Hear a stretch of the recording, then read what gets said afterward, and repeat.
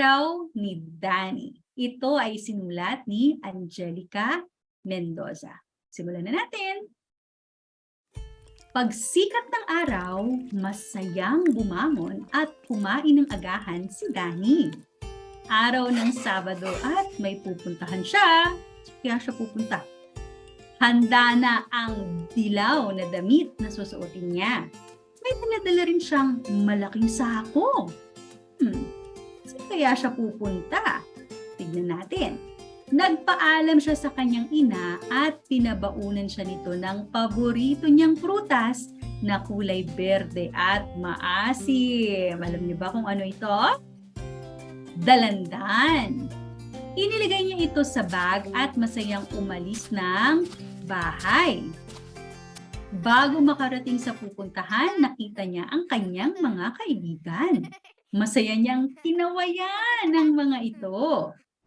Nang makarating sa pupuntahan, nakita nila ang maraming buhangin at bughaw na tubig. Nahuhulaan niyo na ba kung saan sila nagpunta? May maraming buhangin to at bughaw na tubig. Saan kaya yun? Tuwing Sabado, nagkikita-kita silang magkakaibigan para magpulot ng mga basura sa dagat.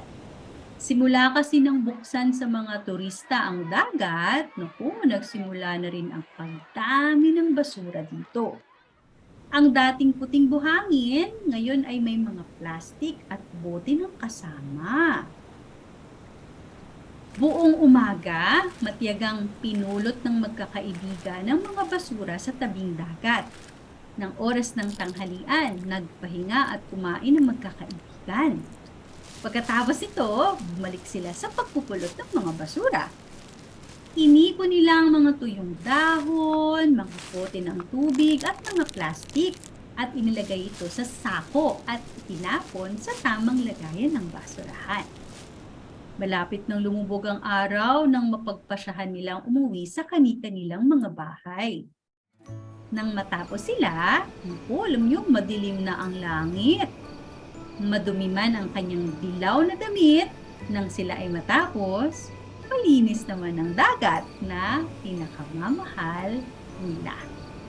At dyan nagtatapos ang kwentong Araw ni Danny na isinulat ni Angelica Mendoza.